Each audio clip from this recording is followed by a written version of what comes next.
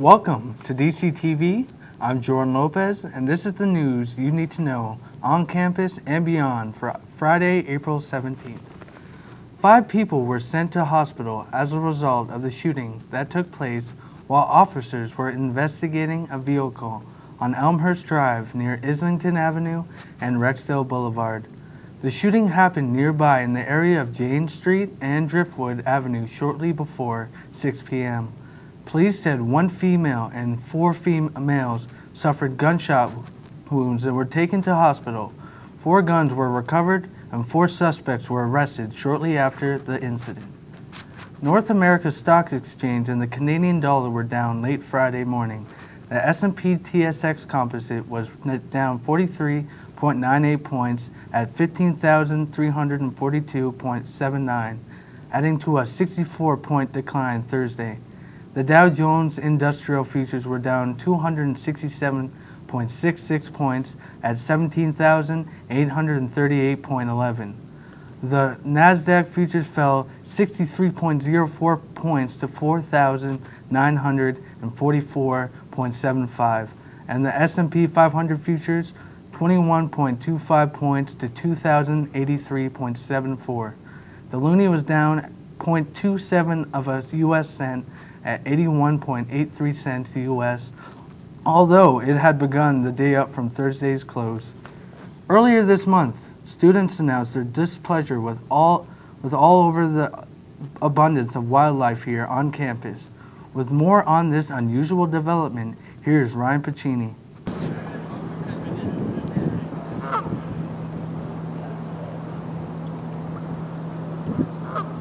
Exams are already a stressful time, but the students at Durham College now have to worry about geese.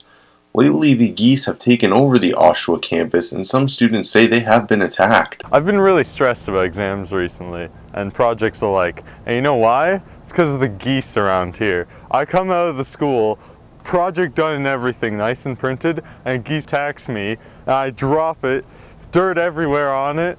These geese need to go. Multiple reports of attacks. The geese aren't only attacking people, they're slowing them down too. With them being able to wander free, many geese have been blocking up more than just the students' minds. So I'm trying to drive to school, and the geese are always blocking up traffic. It's no good, I'm tired of it. Well, you know, we have enough to worry about at this school with exams and tests and everything, and you know, I don't need to worry about these damn geese attacking me every time I walk out of the doors. It's just, we need to do something about it. For months, these furry pheasants have infested Durham College, but now I'm putting an end to it. For DCTV, I'm Ryan Pacini, and that's how the goose lays the egg. Realtor Group Remax says home prices soared in Toronto and Vancouver in the first quarter, with some of the effects spilling over into nearby regions. The average sale price of a home in Vancouver grew 7% year over year to $874,869, a figure that includes everything from condos to detached homes in the Greater Toronto Area. The average residential sale price grew 8% from a year ago to $594,827.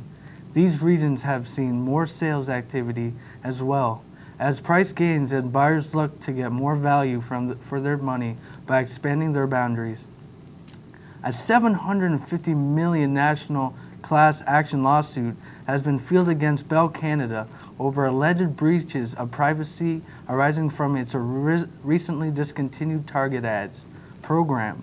The suit against subsidiaries of Bell alleges that the defendants used the program to track, collect, and sell the sensitive account and internet browsing information of their customers to advertisers. It seeks $750 million in damages for breach of privacy, breach of contract, and breach of the Telecommunications Act. A similar lawsuit has also been launched in Quebec. Counsel for the plaintiffs, Charney Lawyers and Such Strasbourg LLP, said in a statement issued Thursday, Bell issued a statement saying it would not comment on the allegations contained in the lawsuit, which have not been proven in court. Toyota is moving production of its popular Corolla vehicle from Cambridge, Ontario to Mexico, in further confirmation that Canada has slipped to third place in North America's auto sector. Canada still makes about 2.4 million vehicles a year, about 80% of which are exported mainly to the U.S., while that's down from a peak of 3 million in 1999. Auto manufacturing still contributes about 16 billion annually to the country's GDP and employs 120,000 people directly, plus an additional 280,000 in related industries, compared with more than 21 billion and 175,000 workers at its height. And that is your news for today. Up next, we've got all the latest sports highlights with the magnificent Emily Jodry. Emily, what's up? Not much, you? The NHL playoffs are starting on Wednesday night with some controversy during the second period of Wednesday's game between the Senators and Canadiens. Star defenseman PK Subban took a big swing at the Senators star rookie Mark Stone. Subban was dealt a 5 minutes major by officials and was kicked out of the game. Meanwhile, Stone has suffered a microfracture in his wrist and is out for the rest of the series.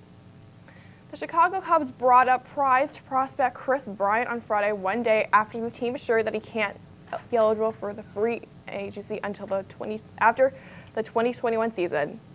The Cubs selected Bryant's contract from Triple Iowa and immediately inserted him into the starting lineup as the cleanup hitter and third baseman against San Diego. Bryant said he got only 3 hours of sleep before Friday's game. The Toronto Raptors tip off their second straight postseason appearance at Saturday at home against the Washington Wizards at 12:30 p.m. Eastern Time. The Raptors got into the postseason after capturing their second consecutive Atlantic Division title and winning a franchise a high of 49 regular series games.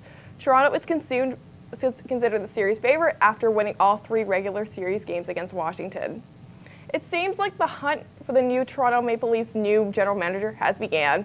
According to TSN's Darren Dreger, Leafs president Brandon Shemin was given permission from the Arizona Coyotes to speak with Sean Burke earlier this week. Burke has been the Coyotes' assistant general manager and goaltending coach for the past 3 seasons. He's also lengthy NHL career, playing in net for 820 career games. Adrian Peterson has cleared to return to the NFL. Now that all remains is to be settled where he will play next season. Commissioner Roger Goodell sent the Minnesota Vikings star a letter on Thursday advising him of his reinstatement. Peterson missed most of last season while facing child abuse charges in Texas. Goodell wrote that the Peterson will have fulfilled the obligations of his plea deal that reduced a felony charge and to a misdemeanor. And that just wraps it up for sports, but don't go anywhere. Joseph Walsh joins us now with all the names and news from the world of entertainment. Great stuff. Thanks, Emily. No You seen problem. any good movies lately? I've seen the new Fast and Furious one. That's really, really good. Oh, yeah, I really got to go see that. Yeah, Can't definitely. wait. Well, cinema fans were treated to some goodies over the past 2 days. A new trailer for Star Wars The Force Awakens was released yesterday, in which we're treated to a clip of Harrison Ford with Chewbacca not crashing a plane. Too soon? Also leaked today was a Portuguese subtitled trailer for the upcoming Batman vs. Superman Dawn of Justice trailer, where we get to hear a sneak peek of Ben Affleck's Batman voice. Batman vs. Superman is tentatively set to release March 25th, 2016, while The Force Awakens is due out December 18th of this year. In other movie news, actor Ryan Gosling has changed his hair color, which is apparently a huge deal. I can't remember anyone going crazy when I changed my hair, but I guess I never climbed a Ferris wheel, and I'm also not Ryan Gosling. Photos posted by US Weekly show the actor on the set of his upcoming film, The Big Short, with dark brown hair, which is slightly different from his previous blonde. So who wants to come to prison with me? No takers? Suit yourself. Pamela Anderson made a trip Wednesday to Maricopa County Jail to help promote Sheriff Joe Arpaio's all-vegetarian meal program.